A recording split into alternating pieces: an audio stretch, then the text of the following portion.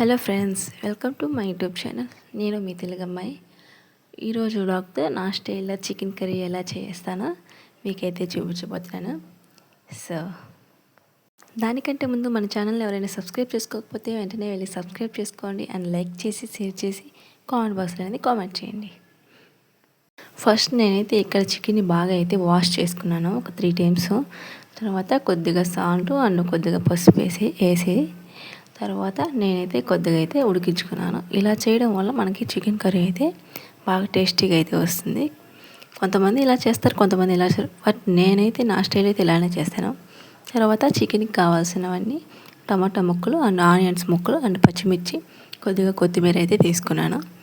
తర్వాత గ్యాస్ మీద కడాయి పెట్టి అందులో కొద్దిగా ఆయిల్ వేసి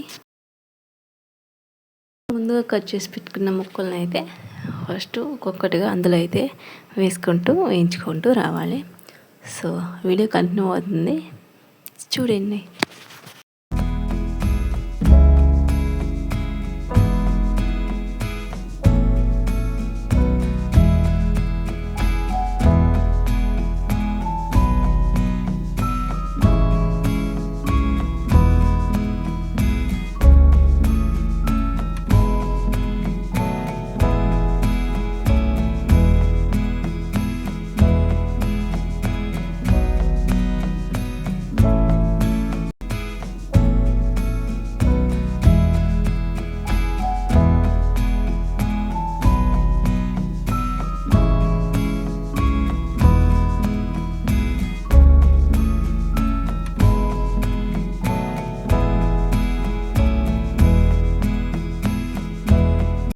సో చూసారు కదా, పచ్చిమిర్చి ఉల్లిపాయ ముక్కలు అయితే వేయించుతున్నాను ఇక్కడ. సో వీడియో కంటిన్యూ అవుతుంది, చూడండి.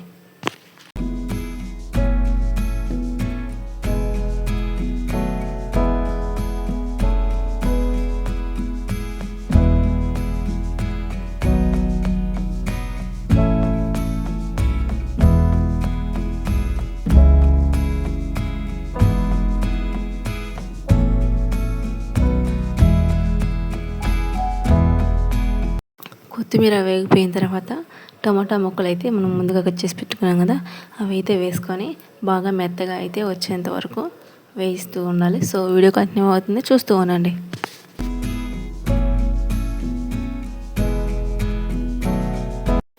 టమాటా ముక్కలు అయితే బాగా అయితే మెత్తగా అయితే వేయించుకున్నాను. తర్వాత అయితే మనం ముందుగా అల్లం పేస్ట్ అయితే వేస్తున్నాను. తర్వాత లైట్ కొద్దిగా అయితే గరం మసాలా పౌడర్ అయితే ఇక్కడ వేస్తున్నాను నేను. మీకు నచ్చితే వేసుకోవచ్చు, లేకపోతే స్కిప్ చేసేయండి. నేనైతే వేసాను. సో వేసుకున్న తర్వాత కొంచెం వేయించుకోవాలి.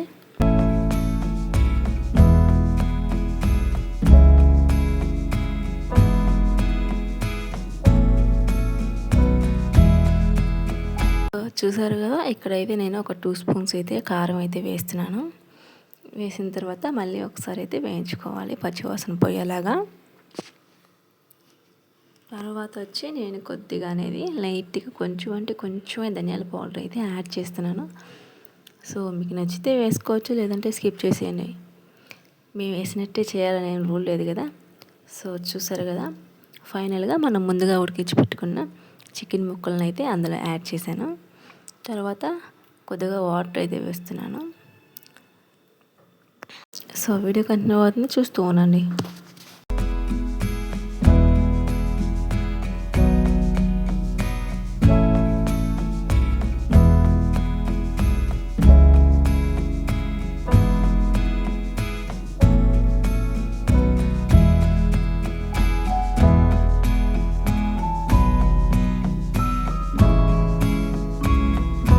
చూసారు కదా ఫ్రెండ్స్, ఫైనల్గా మన చికెన్ కర్రీ అయితే రెడీ అయిపోయింది.